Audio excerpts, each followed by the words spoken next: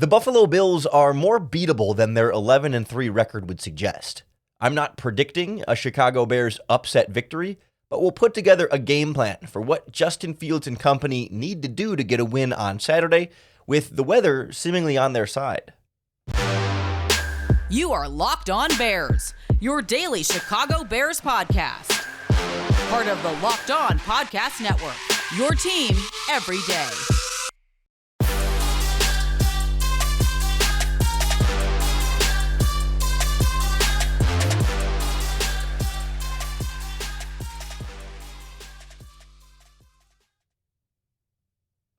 This is Locked On Bears, and I'm your host, Lorin Cox.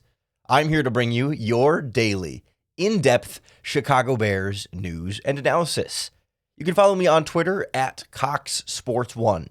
You can follow the podcast on Twitter at Locked On Bears. You can like Locked On Bears on Facebook.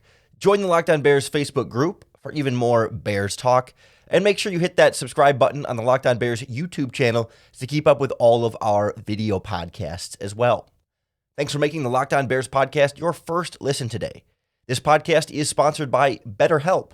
It's not a crisis line. It's not self-help. It's professional therapy done securely online, available to people worldwide. And they have a special offer for Locked On Bears listeners. Get 10% off your first month at betterhelp.com/lockedon. On the show today, we put together a Bears game plan for a victory on Saturday. I'm used to saying Sunday there, but a rare Saturday game for your Chicago Bears. Easier said than done, but we'll talk about what it's going to take, and it's definitely going to take a lot. We'll start with Justin Fields and this Bears offense, where they can find some potential weaknesses in this Bills defense, and also try and overcome some of their own injury-based weaknesses affecting the team for this game. We'll then look at the Bears defense and see how and where they might be able to slow down this Buffalo Bills offense and what it's going to take to keep them a little bit down on the scoreboard. And we'll wrap up with the key one-on-one matchups that the Bears need to win in order to get the victory in this game. As with every single week for this Bears team, first and foremost, you need continued excellence from Justin Fields. You need those 50-plus yard breakaway run where he makes one or two or three guys miss on tackles. And it doesn't have to end in the end zone per se, but he needs, those types of explosive plays. He needs to go goblin mode, as is one of the words of the year from, I think, Merriam-Webster. And this Bills defense is ripe for that opportunity. It's a group that has missed a lot of tackles this season. We saw Lamar Jackson get, 75 yards on them. Wasn't like a dominant breakout performance, but it was still pretty good rushing from a quarterback in that game. And it feels like there's going to be some opportunities to do so in this game, in this weather, because we know at the very least it's going to be bitter cold, unreasonably cold, and windy. It appears that the main precipitation will likely be done by Saturday. I imagine if you're listening to this anywhere in the Midwest, you're digging yourselves out a bit this morning, Friday morning. It came all day Thursday, so maybe it got through your area sooner than it got through mine. But regardless, it's been a snowy mess, but it should be a little bit better, at least in terms of the precipitation, by game day on Saturday. What makes this so challenging for the Bears is not only the regular issues that they've had with the offensive line, but now you add the offensive line injuries on top of it.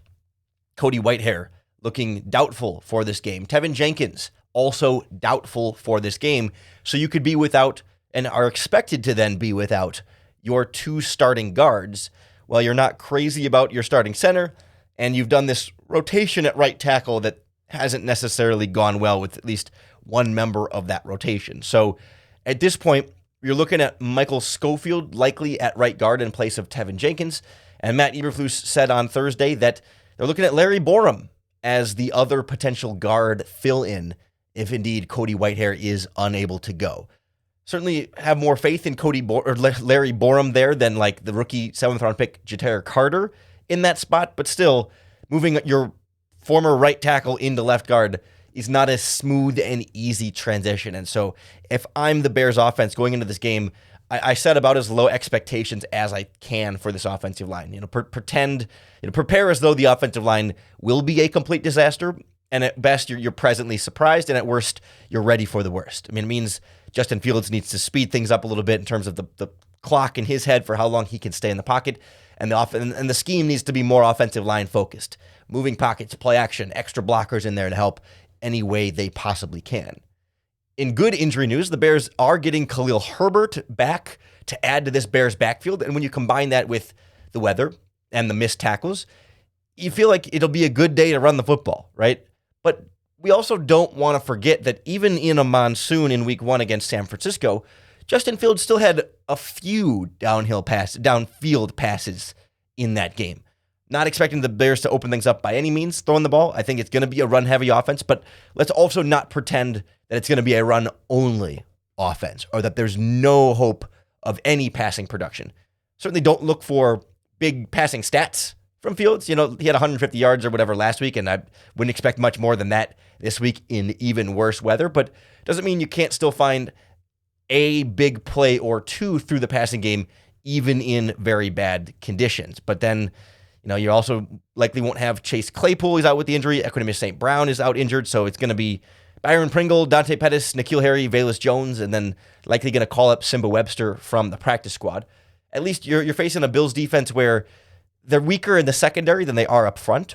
It's not a bad secondary by any means, but they have had some issues there. We learned a little bit more about that on yesterday's Crossover Thursday podcast with Joe Marino from Locked On Bills. So if you want to get our local expert on the Buffalo Bills and kind of get a full game preview with his perspective in there as well, make sure you check out yesterday's Locked On Bears if you haven't heard that up to this point. So you kind of got these conflicting dynamics of, right, bad weather plus Herbert back equals, you're going to want to run the ball, and offensive line injuries might make it more difficult to get good pass protection in there. But this Bills secondary is a little weaker than its front seven, so you might be able to get some better matchups in the passing game, but you're also not going to have a full-strength wide receiving core. And so, again, come back to it's going to take great playmaking from Justin Fields, doing a lot of that sort of single-handedly willing the team forward to progress and to points and then to possible victory.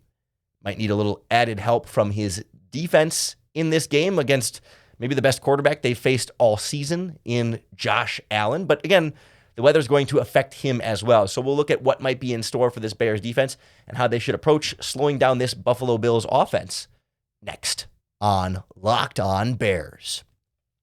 The Locked On Bears podcast is brought to you by Turo. Turo is the world's largest car sharing marketplace. With Turo, you can book any car you want, wherever you want it, from a community of local hosts. Browse a huge selection of vehicles for just about any occasion or budget across the United States, but also overseas in UK, Australia, and even up north in Canada. You can book a spacious SUV or minivan if you got a family road trip and need to pack everyone in one vehicle. You can try out a classic or a luxury car, maybe a special event, a birthday, a holiday, something fun to get out there and drive. Or if you're just trying to go from point A to point B, you can find affordable economy cars that fit your budget. Many Turo hosts can even deliver the car right to you. Even if you're looking at maybe buying a new car, you can test drive that new vehicle you've had your eye on just to see how it fits in your everyday life. Every trip you book with Turo is backed by liability insurance. Terms, conditions, and exclusions apply. Forget boring rental cars and find your drive at Turo.com. Did you know that driving high is considered driving under the influence? That's right. Driving under the influence of marijuana is against the law in every state, even in states where marijuana is legal. That means driving high could get you a DUI. And if you think law enforcement officers can't tell when you're driving high, you're wrong. Your friends can tell, your coworkers can tell, even your parents can tell. Everyone can tell when you're driving high. So what makes you think that law enforcement officers don't know when you're driving high?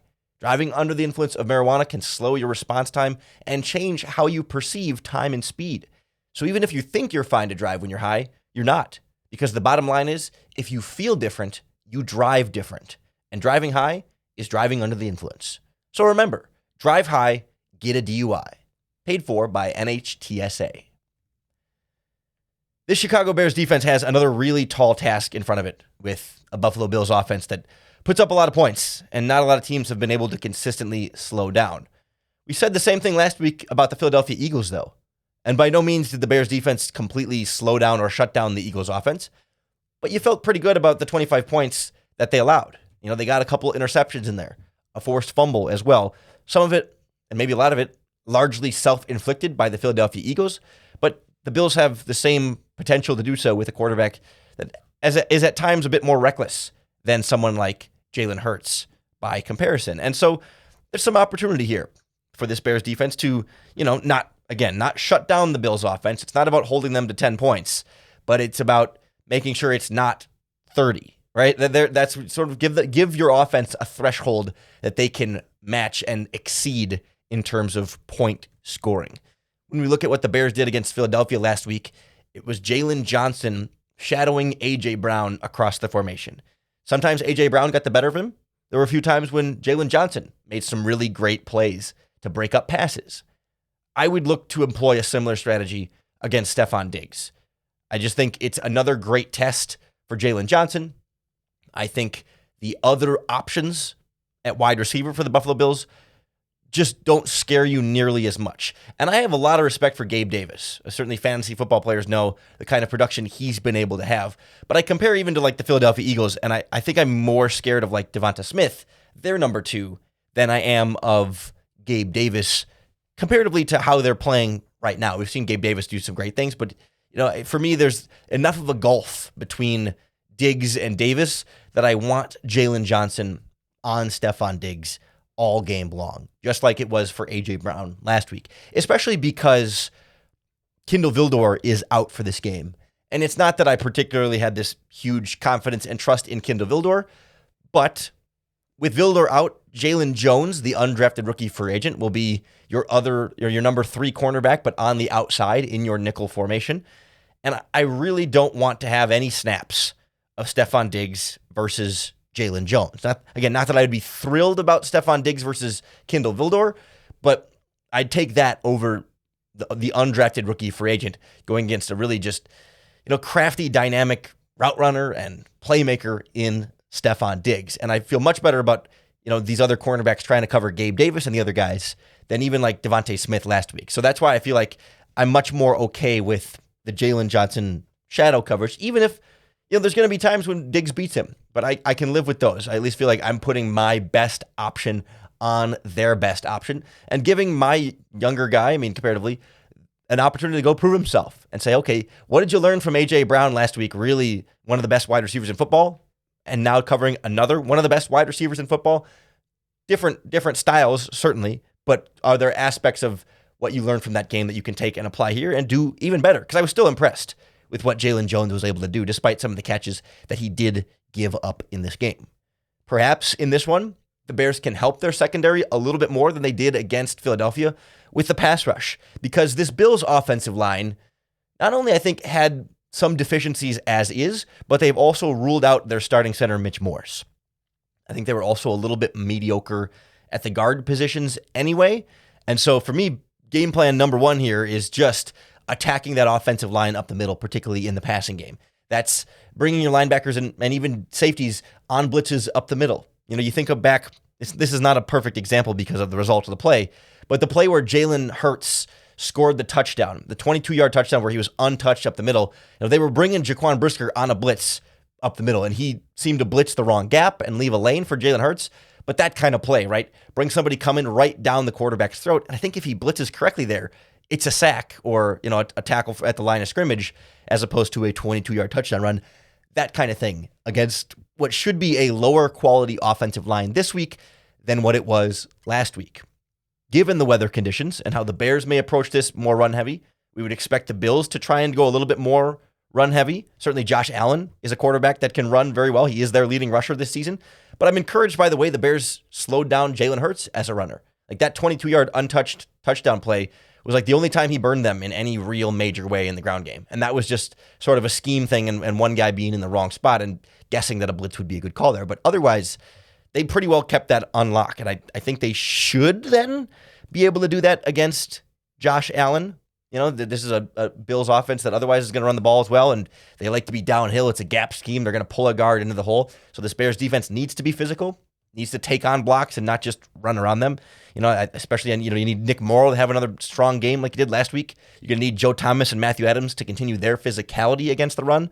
I'd like to be in more base defense with 3 linebackers if I can, but the Bills like to do a lot of 3 wide receiver looks, so I'm not sure how often you're going to have the opportunities to do so, but wherever I can, I'm getting extra linebackers on the field in this game. I think the linebackers on both sides are going to be a key part of how this matchup plays out on Saturday. So we'll break down the one-on-ones in this game that the Bears absolutely need to win if they're going to pull off the big upset over the Buffalo Bills next on Locked On Bears. The Locked On Bears podcast is brought to you by our friends at BetOnline. It's the number one source we recommend for all of your sports betting information, stats, news, and analysis. The latest odds and trends for every professional and amateur sports league out there. From pro football to college bowl season, to basketball, and so much more. They've got it all at betonline.net. The line for Bears-Bills has stayed with the Bears as a 9-point underdog. The over-under sitting at 40 points, and with the weather, I'm half tempted to go under there. Can both teams combine to score more than 40 points in what we're expecting to see on Saturday? It's going to be a little bit tough there. But if you're looking for the betting analysis to get your fix, betonline.net is the place we recommend. It's the fastest and easiest way to find everything you need to know. Head over to their website today or use your mobile device to learn more about all the different trends and actioning happening each and every day. BetOnline, where the game starts. The biggest matchups in this game for me start in the trenches. If we're not going to see as much passing, perhaps because of the weather. We talked about this offensive line being weak on the interior for Buffalo. It's about time Justin Jones makes a little name for himself, makes some money for himself, shows this team why they brought him in to be that 3-technique defensive tackle. He only has the 2 sacks on the season, and he hasn't had one since week 5 at the Minnesota Vikings. Going up against, especially the backup center, David Quessenberry, feels like a very favorable one-on-one matchup for this Bears defensive line to try and take advantage of. Their left guard, Roger Saffold, has struggled a bit this season, and even the right guard, Ryan Bates, have not been phenomenal. So between Justin Jones and Armon Watts, I want these guys to win more of their one-on-ones. Show up, make a big play against a big team in a big moment. We've been kind of looking for it to happen all season. It hasn't, and I don't think these final 3 games are going to generally change your opinion about, Justin Jones' quality as a 3-technique defensive tackle. I think you definitely need to do better next offseason, but it's kind of what people remember you most recently from. And if he wraps up the year with a couple of strong games, and it can at the very least kind of build up his stock, potentially having another shot at free agency if the Bears choose to move on from him this offseason there. I also look back to what the Bills did last week in their most recent game against the Miami Dolphins. And it was a big game for their tight end, Dawson Knox. Against the Dolphins defense, they really tried to get Knox isolated with linebackers in one-on-one coverage, and he found some real opportunities to make some plays there. He had I don't remember if it was 60, 70, 80 yards in there. It was his most productive game of the season. Let me pull it up here. It was 6 catches for 98 yards and a touchdown. Again, most catches and most yards, not quite most catches of any game this season. So I'm looking at Nick Morrow. You're the fast, athletic linebacker of the group out there.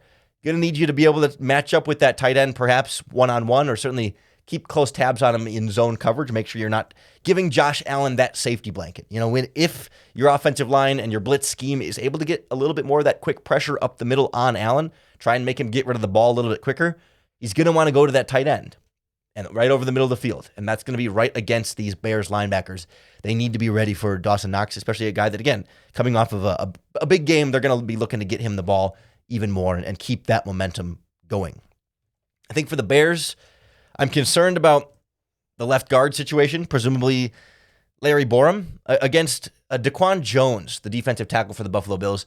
Not like a full-on household name, not a guy that's striking fear into your heart, but he's a veteran who's big, tough, physical, and savvy, right? He's not the flashy playmaker, Hakeem Hicks, Aaron Donald type that's just going to knife into your backfield and make this huge play at all times on your quarterback.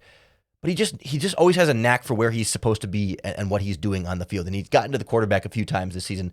I think he's credited with 2 sacks total, but I think it's been 4 or 5 times that he's actually like gotten hits on the quarterback and right there to help contribute to a sack play. And he's also kind of the bigger nose tackle in the running game as well. And I think it's going to be a real challenge for Borum to go against, a defensive tackle like this that just has that veteran savvy that can find your weakness and attack it and make you earn every single rep, and is going to go to war with you for 4 quarters in a cold, miserable football game. He wants to make your life miserable, just as miserable as the weather is trying to make you feel. He wants to break your spirit, and I want to see Larry Borum, and Sam Mustipher, it's never going to be all one-on-ones there, but especially Larry Borum at that spot, go toe-to-toe with some of the big hogs on this Bills defensive line, get the line of scrimmage moving in the ground game, and of course, give Justin Fields some time to throw in the passing game.